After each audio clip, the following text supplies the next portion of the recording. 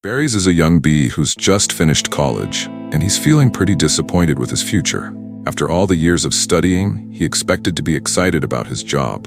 But now that graduation is over, he realizes his only career option is to work for Honex, a big company that makes honey in the busy new hive city.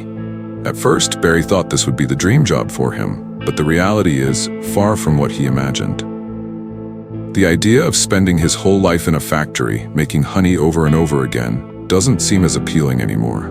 Barry starts questioning everything. Is this really all he's meant to do? Are there other opportunities out there beyond the hive? Feeling stuck and unsure, Barry begins to search for something more meaningful than just a job at Honex. His journey takes him on unexpected adventures, and he soon realizes that life might have more to offer than he ever thought. What happens next? Well, that's the story Barry is about to find out, one that's as sweet and surprising as honey itself.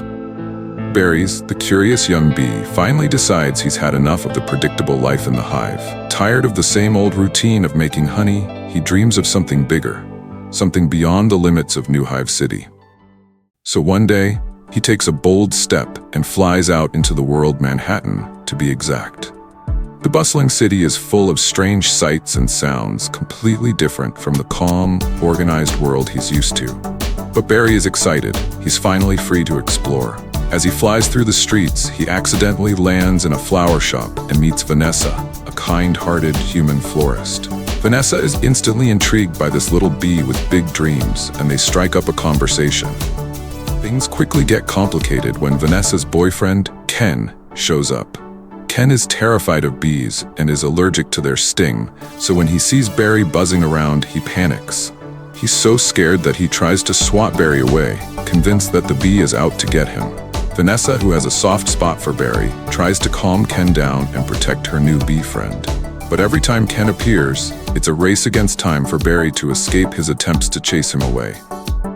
Despite the drama with Ken, Barry and Vanessa become unlikely friends.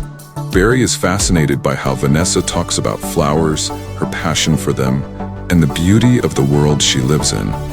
Meanwhile, Vanessa is charmed by Barry's adventurous spirit and begins to appreciate the small wonders of nature, like the bees that help her flowers bloom. Through their odd friendship, Barry starts to realize that maybe humans and bees aren't so different after all.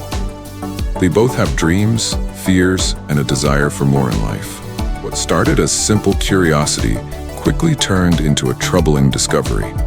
Barry was shocked to find out that humans have been stealing the honey that bees work so hard to make. Not only do they steal it, but they eat it without any thought to where it comes from or the effort that goes into creating it. Feeling a strong sense of injustice, Barry was determined to do something about it. After all, bees had been making honey for centuries, and humans had no right to take it without asking. So Barry, fueled by a sense of duty to his fellow bees, decided to take a bold step. He would sue the humans for stealing honey. He wasn't just going to sit back and let this go unnoticed.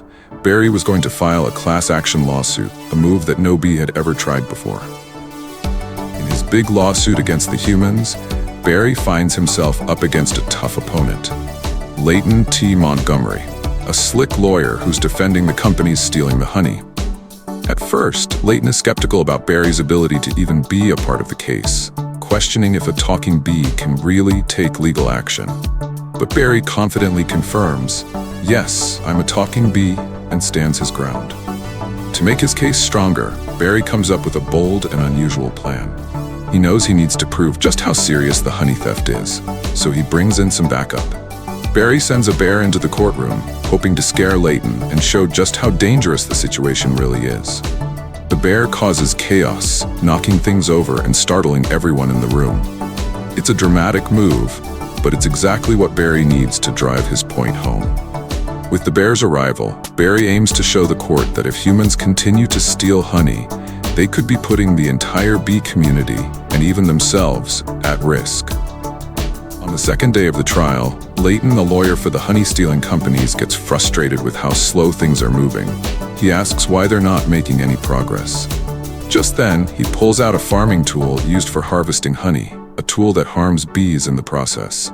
This action quickly catches everyone's attention.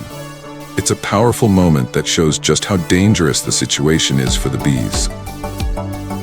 Seeing this, the judge and everyone in the courtroom realizes the seriousness of the issue. The evidence is clear, and the case takes a turn. In the end, the bees win the trial.